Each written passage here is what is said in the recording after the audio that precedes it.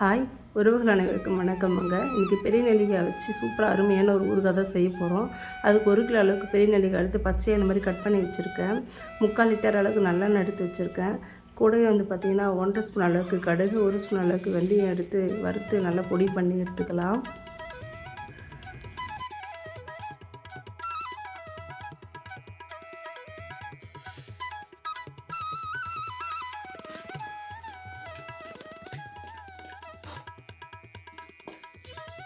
வானொலி வச்சு ஒரு 200 ml அளவுக்கு நல்லெண்ணெய் விட்டுக்கோங்க.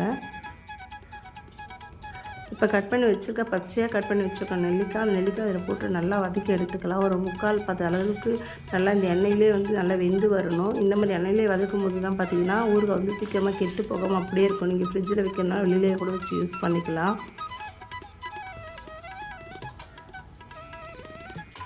இப்போ நெல்லிக்காய் போட்டதுக்கப்புறம் 1 ஸ்பூன் அளவுக்கு நான் உப்பு சேர்த்தேன். அதில் வீடியோவில் காட்ட மறந்துட்டேன், ஸ்கிப் பண்ணிட்டேன். இங்கே வதக்கும் போது 1 ஸ்பூன் அளவு உப்பு போட்டுக்கோங்க. அதோட 1/4 ஸ்பூன் அளவுக்கு மஞ்சள் போட்டு வதக்கிக்கோங்க. பாருங்கள், இந்த அளவுக்கு நல்லா 3/4 அளவுக்கு வதங்கினதுக்கப்புறம் அது தண்ணி எடுத்து வச்சிடலாம்.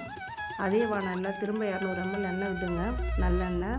அது கூட ஒரு பெரிய நெல்லிக்காய் சைஸு புளி நல்லா திக்காக கரைச்சி வச்சுருக்கேன். அந்த நல்லெண்ணெய் இந்த புளியை கொட்டி நல்லா வதக்கி எடுத்துக்கலாம். நல்லா திக்காக வரணும். அந்த மாதிரி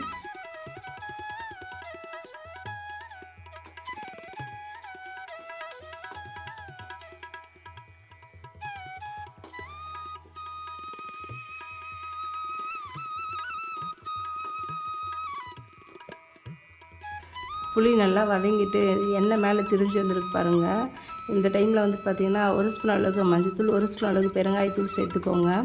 இதோட கூட 1 கிலோ நெல்லிக்கு தேவையான ஆல்ரெடி 1 ஸ்பூன் உப்பு சேர்த்துருக்கோம். இப்போது 4 ஸ்பூன் அளவுக்கு உப்பு சேர்த்துக்கோங்க. 4 ஸ்பூன் உப்புன்னும் போது அதோட கூட இன்னும் 4 ஸ்பூன் சேர்த்து 8 ஸ்பூன் அளவுக்கு மிளகாத்தூள் சேர்த்துக்கோங்க. இது வீட்டில் அரைச்ச மிளகாத்தூள், அதாவது வெறும் மிளகாவும் கார மிளகாவும் காஷ்மீர் சில்லி சேர்த்து அரைச்சது.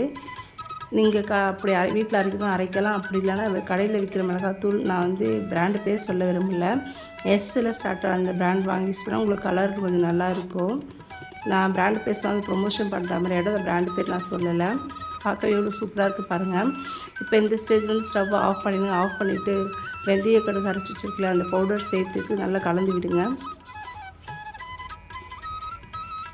இப்போ நம்ம வதக்கி வச்சுருக்க நெல்லிக்காவை எடுத்து இது கூட சேர்த்துக்கலாம்.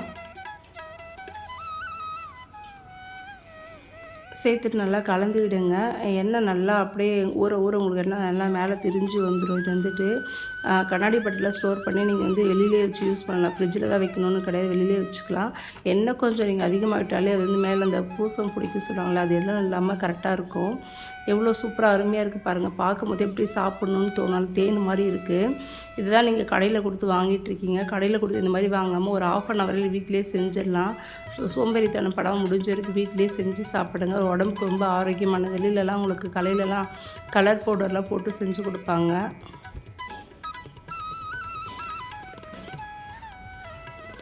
நான் செஞ்ச இந்த ஊறுகாய் உங்களுக்கு ரொம்ப பிடிச்சிருக்குன்னு நினைக்கிறேன். ரொம்ப நாளுக்கு அப்புறம் வீடியோஸ் போடுறேன். நடுவில் வீடியோஸ் கொஞ்சம் போட முடியாமல் ஆயிடுச்சு. இந்த வீடியோ பிடிச்சினா என் சேனலை சப்ஸ்கிரைப் பண்ணி சப்போர்ட் பண்ணுங்கள். மறக்காமல் ஒரு லைக் கொடுத்துருங்க. இவ்வளோ நேரம் வாட்ச் பண்ணதுக்கு ரொம்ப நன்றி. தேங்க்யூ.